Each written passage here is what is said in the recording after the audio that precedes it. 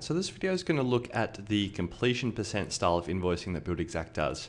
We're going to have a look at how to generate the invoices. We'll have a look at the retention element that you can use.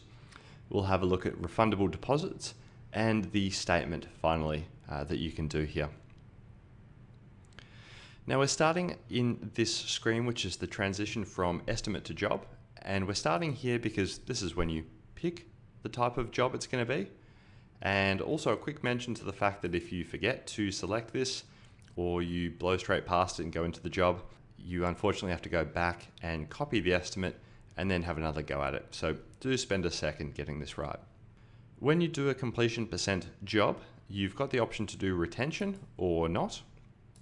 And if you have retention, you've got the option to have the retention be calculated on the total including variations or the total excluding variations. And a little note here is if you start excluding variations, you can change mid-job to be including variations, but you can't go the other way. The example for this one, I'm going to do with retention, but if you don't need to do retention, then just don't look at that bit. That'll be fine. As always with the jobs, it's going to say your estimate's not been accepted, and I'm going to let it know that we've signed a contract and locked the budget in just so we can move on. Now, this is a standard contract job, so it's still going to work off the contract amounts. And what I'm going to do is go and create invoice number 1.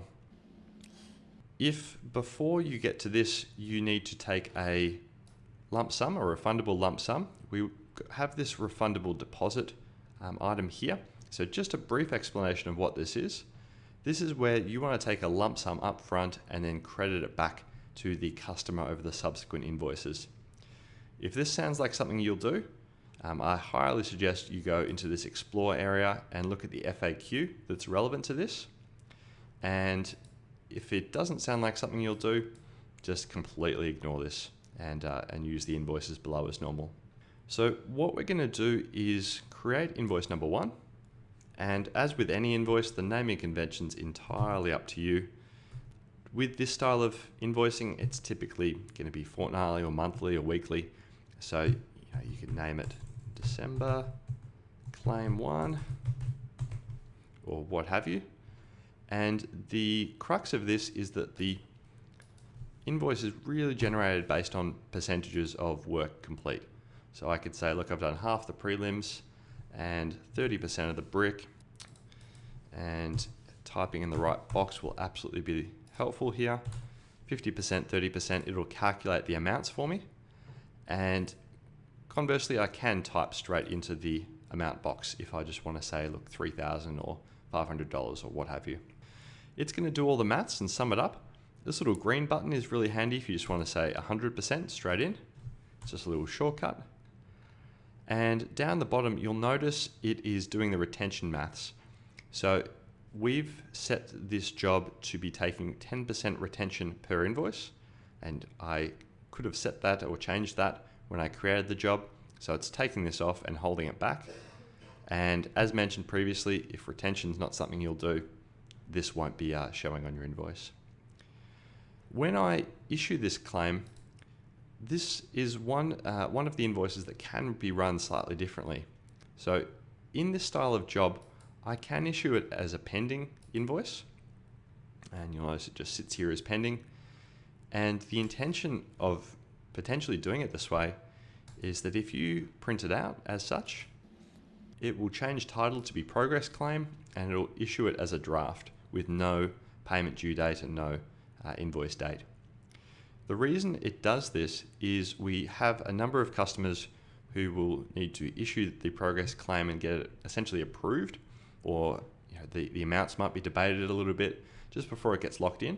And if this is you, then sending it as pending is a perfect way of doing this. Once it comes back and you are in agreement about all the amounts, this is when you could then go and make it invoiced. If you don't need to go through that back and forth, straight to invoiced is probably just as good for you. As with any invoice, you can change the due date, but it's going to be set originally by these due days down here. So we'll go invoiced and save and close, and I'll print it again. and I'll spend a bit more time on this, just pointing out exactly what the customer sees. So the biggest difference between the other types of contract invoices, so namely the contract style where it's just broken up into claims, is the customer gets a lot more info. So they get to see all the contract amounts, they get to see what we've claimed to date on each and how much this claim is for, and they can really go and see all our maths. They'll see retention if applicable, and the rest of the invoice is more or less standard, i.e. payment terms is standard to other invoices. And if you haven't done this already, well worth going to change this a little bit just to make it more applicable to your business. Most commonly we see people put bank details into this. I'll jump out just for a moment, really just to show you two things here. One is if you do go and change those payment terms, it's under this cog here. And secondly, if you are emailing a claim, it'll ask if you want the email to go with the invoice and the statement, or you can send it without. But if you do attach the statement, I'm just going to go and jump in here and show you what that statement looks like. It's going to be a little unique for jobs that have retention on them. So the statement in this case will have the claim. If we have variations, it'll have those on there as well. The retention is down here, so it shows what's been held to date, how much we've invoiced back, which is currently nothing, and how much is remaining to be invoiced back. So this, like other jobs or other types of jobs, just gives a really good running total to the customer. Now, what I'm going to do is I'm going to fast forward a little bit right to the end of the job. So I'm going to add, we'll just call it a completion claim. And I mean, in reality, this is not really how it's going to happen, but I'm doing this so that I can go and show you the retention claiming, how that works. So I'm going to create that, issue that as an invoice, save and close. And the point, as mentioned, of doing this is really just to show you these retentions up here. So when we created this job, we set it to be withholding 10% per invoice up into a total of 5%. And what it's done is this is the total that it's going to hold to. So this is always going to show the max value. And mentioned earlier that we set this to not include variations. Here's the button to change to include variations in that amount here, which would just increase it slightly. And this one is how much we've held to date. And you can see these match, so we've held the entirety of it. Now, we've hit the end of the job. Let's go and claim back some of this retention. So I'm going to use this plus up here instead to add a retention invoice. And you might say you get 50% on practical completion. So this percentage now is of the retained amount. So 50%, and you're really just invoicing back the amount that has been held against you. I'm going to print one of these retention invoices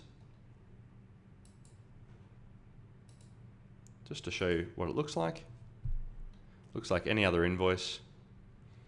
And quick side note, all of these invoices, whether retention or otherwise, will all be transferring to your accounting, so you can keep stock of what's going on. Lovely. If there's any questions on this, please do touch base with us. This is this style of job can be used in several different ways. So if you do have questions, do reach out. But for now, that's our completion % invoicing.